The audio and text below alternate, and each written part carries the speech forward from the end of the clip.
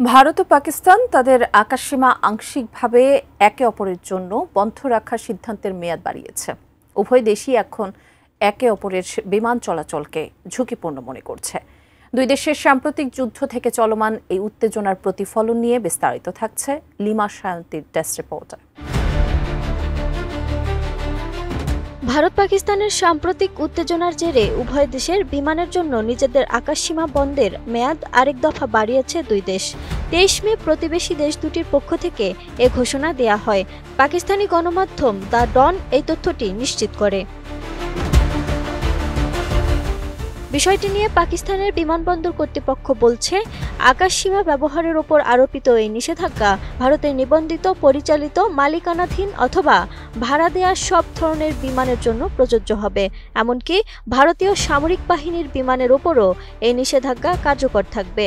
আগামী 24 জুন পাকিস্তানের স্থানীয় সময় ভোর 4:59 পর্যন্ত পাকিস্তানের এই নিষেধাজ্ঞা অব্যাহত থাকবে বলে জানা গেছে।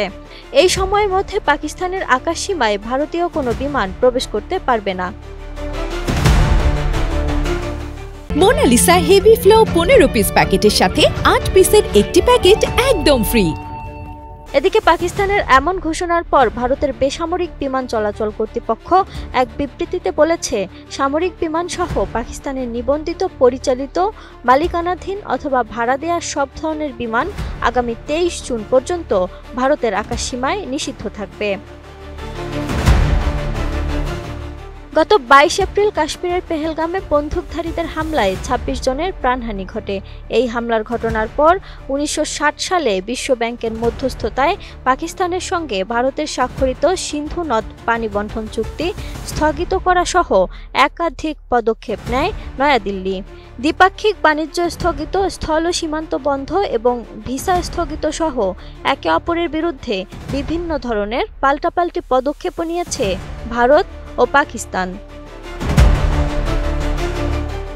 Lima Sayanti, desk report, ATN news.